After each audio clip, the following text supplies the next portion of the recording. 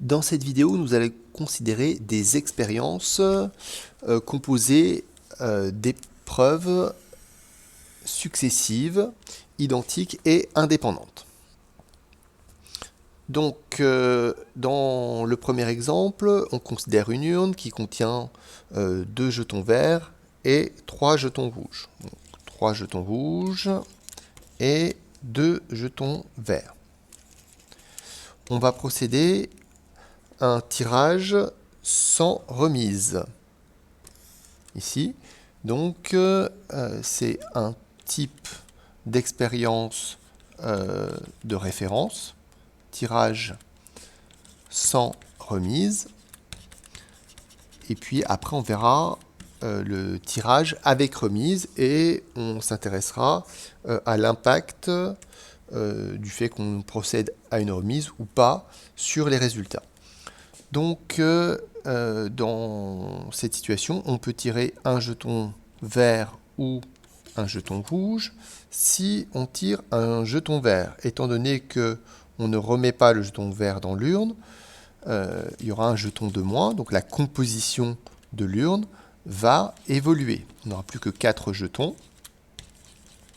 et un seul jeton vert. Si le jeton tiré lors du premier tirage est rouge, la composition de l'urne sera la suivante. Alors, notons d'abord que au départ, nous avons 2 jetons verts, 3 jetons rouges. Donc la probabilité de tirer un jeton vert est de 2 sur 5. Et la probabilité de tirer un jeton rouge est de 3 sur 5.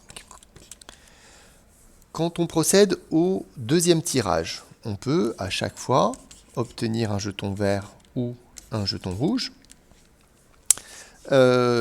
Mais les probabilités vont être différentes. En effet, la composition de l'urne n'est pas la même dans les deux cas.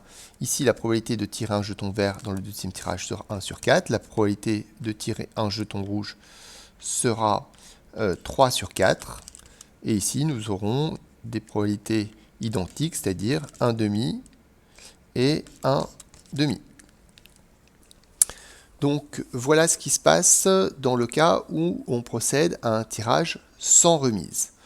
Maintenant, nous allons considérer la deuxième situation dans le cas où on procède à un tirage avec remise. Donc tirage avec remise.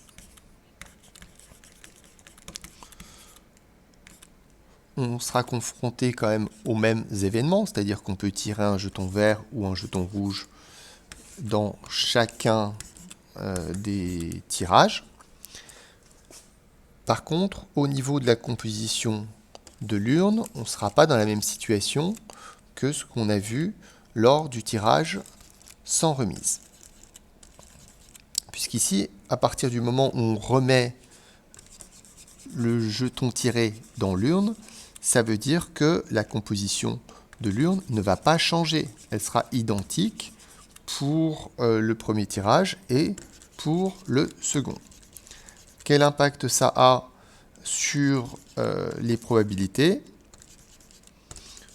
Donc, on réécrit les probabilités. Donc, pour le premier tirage, ce sont les mêmes que celles qu'on a vues précédemment. Donc, 2 sur 5 pour la probabilité de tirer un jeton vert, 3 sur 5 pour la probabilité de tirer un jeton rouge. Et puis, dans la deuxième partie de l'arbre, on va retrouver ces probabilités-là. 2 sur 5, 3 sur 5, 2 sur 5 et 3 sur 5.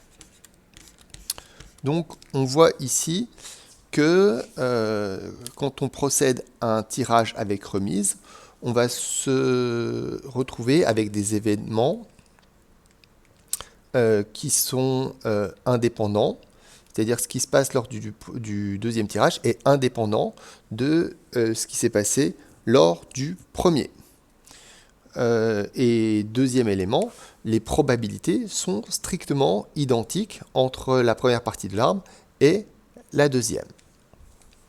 Imaginons qu'on répète l'expérience un plus grand nombre de fois. Donc je ne vais pas faire tout l'arbre, hein. Ce n'est pas le but ici, mais juste pour vous montrer. Donc on a ici une expérience composée de 3 tirages successifs avec remise. avec l'urne qu'on a considérée précédemment. Alors, je vais juste remettre les lettres R et V dans le même ordre que précédemment.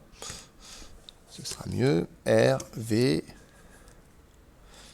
V, R, comme ça.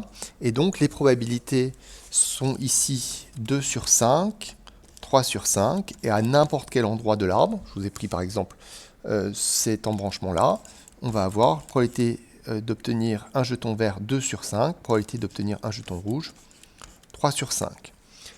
Donc ici, on a affaire à une répétition d'épreuves identiques et indépendantes. Et cette succession d'épreuves identiques indépendantes qui va nous intéresser dans le cours de terminale.